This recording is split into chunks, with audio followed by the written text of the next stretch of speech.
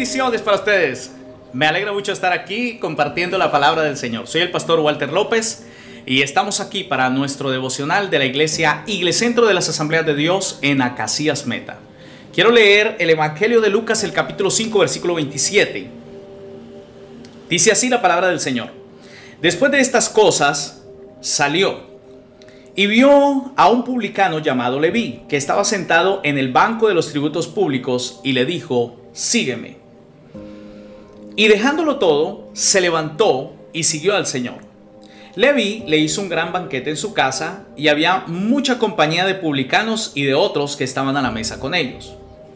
Y los escribas y los fariseos murmuraban contra los discípulos, diciendo: ¿por qué coméis y bebéis con los publicanos y pecadores?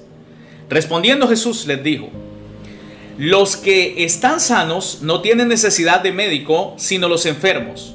No he venido a llamar a justos, sino a pecadores al arrepentimiento. Amén y amén. Oramos para que esta palabra bendiga nuestra vida. Señor, quebrantamos toda obra de Satanás, todo diseño del diablo que venga para robar, para destruir, para capturar la mente y evitar que la palabra llegue al corazón y cumpla el propósito para el cual ha sido enviada. Lo quebrantamos en el nombre de Jesús. Proclamamos libertad y confesamos que tú eres la máxima autoridad. El cielo gobierna sobre la tierra. Dirige nuestra vida. Sé nuestro Señor y sé nuestro capitán. Gracias por tu misericordia y por tu palabra en este día. Amén. Al leer el Evangelio de Lucas, hasta este momento Jesús ha sanado a un paralítico, ha sanado a un leproso, ha tratado con un endemoniado y ahora está listo para trabajar con un publicano. Un publicano llamado Leví, sentado al banquillo de los tributos públicos. Leví también traduce Mateo. Mateo capítulo 9, versículo 9 nos explica que Leví es el mismo que escribe más adelante el Evangelio según San Mateo. Él era un recaudador de impuestos, trabajaba para el Imperio Romano y era el que le cobraba los impuestos al pueblo judío, al pueblo hebreo. Entonces era despreciado y era tratado como un traidor. Además de ello, ellos eran usureros y se convertían hasta en extorsionistas del pueblo, pues tenían el apoyo total de los altos gobernantes de Roma, y además los soldados romanos estaban a su disposición para obligar a la gente a pagar los impuestos. Entonces ellos, aprovechando su posición de autoridad, colectaban en exceso el dinero del pueblo. Recaudador de impuestos era un cargo apetecido por los corruptos de la nación. Entonces la imagen ante el pueblo de Leví estaba completamente denigrada. Los romanos concedían el contrato de ser recaudador de impuestos al mejor postor. Mire desde dónde viene la corrupción. Así que muy probablemente Leví había adquirido este puesto a través de un pago corrupto para poder quedarse con este cargo. El hombre cobraba impuestos y pagaba a los romanos lo que él había prometido, pero se quedaba con el resto del dinero. Por lo tanto, había gran motivación para los cobradores de impuestos, y además de ello cobraban en exceso y engañaban de cualquier manera a la gente para enriquecerse rápidamente. Era pura ganancia para ellos, pero era ganancia deshonesta. Esto tenía un precio muy alto. Los publicanos eran excomulgados de las sinagogas, no podían entrar a las sinagogas. Y ante los ojos de la comunidad, su desgracia podría extenderse aún a su familia, pues sus familias eran señaladas y menospreciadas por la sociedad de la época. Ahora, ¿cómo Jesús, mientras la multitud le acompaña, se le ocurre llamar a semejante personaje para que sea uno de los 12? Cada vez el Señor dejaba más en expectativa a las multitudes, porque Jesús va por las calles, la multitud va tras él. Y de repente mira al publicano, aquel que la gente menosprecia, aquel que la gente le tiene rencor, aquel que algunos le tienen envidia, pues sus riquezas eran muchas. Y de repente el Señor pone sus ojos en él y le dice: sígueme. El pueblo estaba decepcionado. Pero Jesús amó y llamó a Leví, y este, dejando un negocio muy rentable, decide seguir al Señor. Leví nunca más volvería a la recaudación de impuestos. Le había costado mucho llegar hasta allí, y si perdía el puesto, ya nunca más volvería a recobrarlo. Existe evidencia arqueológica de que aún los peces extraídos en el mar de Galilea, los pescadores debían pagar impuestos para poder vender sus peces. Ahora note esto tan curioso. Pedro, Andrés, Santiago y Juan eran pescadores. Y estos eran los primeros discípulos del Señor. Y Pedro les cobraba, Leví, que es Mateo, les cobraba impuestos a Pedro, a Juan, Andrés y a Santiago por los peces que sacaran del mar. Así que ellos no querían a Mateo para nada, porque además les cobraba impuestos muy costosos. Los primeros discípulos que llama el Señor son precisamente estos cuatro: Pedro, Andrés, Santiago y Juan. Ahora se les ocurre llamar al enemigo, se le ocurre al Señor llamar a Mateo, que Mateo era el que le cobraba los impuestos a ellos. Note usted también el equipo de los discípulos, cómo es de diferente entre sí.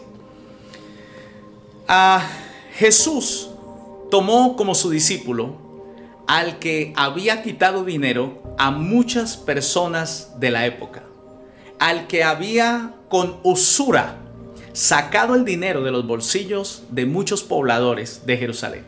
Dice que dejándolo todo. Para Mateo pudo haber sido el más rico de los apóstoles. Es posible que era el apóstol más adinerado de todos, pero lo dejó todo por el Señor. ¿Usted qué estaría dispuesto a dejar por el Señor? Mateo dejó la posición que tenía de privilegio ante los romanos, el banquillo de los impuestos, ser una autoridad de la época, tener una escolta romana continua junto a él. Tenía soldados a su disposición. Era una persona súper importante. En este momento, si uno ve llegar una camioneta y se bajan unos escoltas, y entonces uno está a la expectativa, ¿quién será la persona tan importante que llegó allí? Pues más o menos así era la vida de Mateo. Era un hombre muy importante. Y en aquella época estaba escoltado y era conocido y tenía dinero y hacía banquetes de esplendidez y había un gran derroche de fama y la gente lo veía como alguien importante, pero él decidió dejarlo todo por amor al Señor. ¿Qué estás dispuesto a dejar por amor al Señor? Leví decide hacer un banquete y en ese banquete invita al Señor. Ahora note esto tan contradictorio. Él no está triste, él está feliz y está tan gozoso por el privilegio que tiene ahora de ser un seguidor de Cristo, de tal manera que desea llevar a cabo un banquete en su casa. Y fue lo suficientemente feliz como para invitar a Jesús, a los discípulos y a otros cobradores de impuestos para que viniesen y conociesen al Señor. Aquí hay algo importante. Un hombre salvo no quiere ir al cielo solo. Quiere que sus amigos, su familia, su parentela, todos sus conocidos vengan al arrepentimiento. Los escribas y los fariseos murmuraban contra los discípulos. Para el pueblo, para los discípulos y para la gente de la época, estos publicanos eran los peores pecadores de la sociedad. No era aceptable desde ningún punto de vista que un maestro de la palabra, y mucho menos el Señor Jesucristo, compartiese el alimento con ellos. Jesús responde a dicha acusación con unas palabras extremadamente sanas, sabias y que me bendicen y le van a bendecir a usted. Jesús les dice: los que están sanos no tienen necesidad de médico. Jesús es el médico del alma, Él es el médico eterno. Y tiene sentido que Él esté con los que están enfermos del alma a causa de su pecado. Quiero enfatizar aquí una frase que encontré. Por favor, apréndala de memoria. La iglesia no es un museo de santos. La iglesia es una clínica de enfermos del alma, donde estamos siendo restaurados y acercándonos cada día a la grandeza, a la gloria y la misericordia de Dios. Mucha gente se va de las iglesias y dice: es que allá hay gente mala. Quiero decirle algo: si usted quiere buscar un museo de santos, aquí no lo va a encontrar, ese queda en el cielo. La iglesia es una clínica donde estamos todos siendo restaurados para la gloria de Dios. Los críticos, los que estaban criticando al Señor, también estaban enfermos de pecado. Pero ellos pensaron que eran otras personas las que estaban enfermas y que ellos no necesitaban del Señor. Hay muchas razones posibles por las cuales una persona enferma puede rechazar los servicios de un médico. Quizás no sepa ni siquiera que está enfermo. Así que si no sabe que está enfermo, no va a necesitar la atención médica. Tal vez sabe que está enfermo, pero cree que mejorará rápidamente, así que cree que no necesita al médico. O tal vez sepa que está enfermo, que necesita un médico, pero no sabe dónde hay un médico. Ahora, hay gente que de pronto encontró al médico, pero no sabe si el médico le puede ayudar o atender, como ocurre aquí en Colombia, que uno saca una cita y se la dan para 4 meses después. Quizá el médico le puede atender, ya necesita al médico, pero no sabe si el médico realmente le quiere ayudar y no sabe si el médico tenga los medicamentos apropiados para ayudarle en su situación. Jesús es el médico perfecto. Jesús es el médico eterno.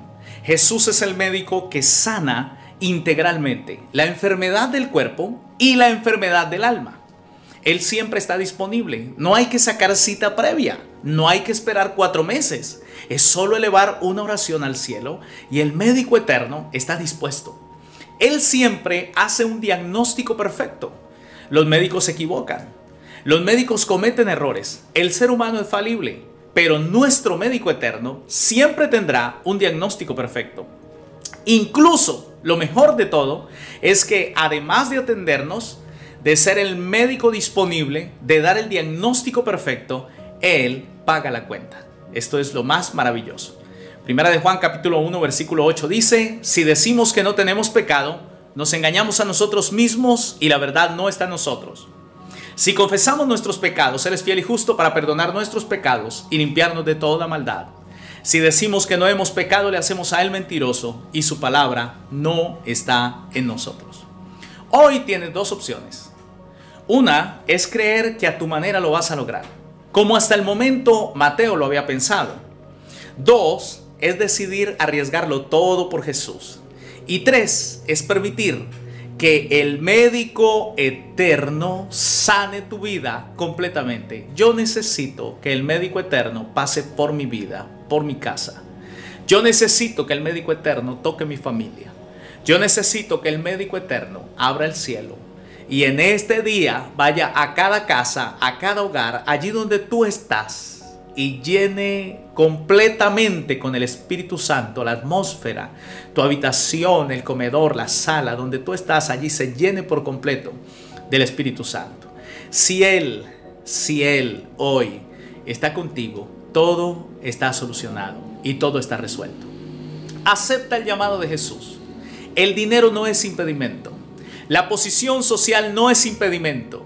El qué dirán no es impedimento. El único impedimento lo pones tú, porque el Señor siempre estará dispuesto a recibirte con sus brazos abiertos. Oramos a Dios. Eterno Señor, gracias. Tú no haces acepción de personas. Tú nos amas a todos por igual. Tú reparas y restauras las relaciones.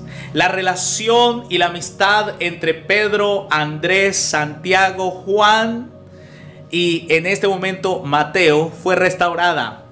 Señor, a ti no te importa lo que los demás digan. A ti te importa la salud de nuestra alma y de nuestro cuerpo. Recibimos, Señor, tu intervención, tus milagros, tu paz, tu mano poderosa sobre nosotros. Señor, que esta presencia gloriosa del Espíritu que está aquí vaya a cada casa y que todos sean llenos e impregnados de la unción del Espíritu Santo. Sana al enfermo del cuerpo. Se va toda enfermedad en el nombre de Jesús. Pero sana las enfermedades del alma, Señor. Quebranto en el nombre de Jesús todo aquello que viene para traer tormento, dolor, angustia, en el nombre de Cristo. Y levanta a un pueblo santo que te ame, con unas relaciones restauradas y con una motivación de seguirte todos los días de sus vidas. En el nombre de Cristo Jesús, proclamo que tu palabra llena el alma, el corazón y trae sanidad en este día. Gracias, Cristo, por tus misericordias. Amén y amén.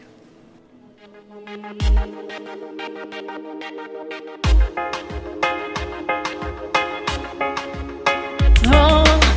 soy la evidencia de que el amor que soportó en una cruz el dolor, la evidencia, porque soy la prueba de una sangre que trae una vida nueva. Mi Padre, mi amigo, también mi Dios, solo tu nombre pronunciará mi voz, el que me guarda cuando pase por fuego. Me perdonaste y todo lo hiciste nuevo. Tú me abrazaste con brazos de amor, me llenaste el corazón vacío. Fue tan grande al parecer mi error, que todavía estás al lado mío y conmigo aquí en mi interior, guiándome por el camino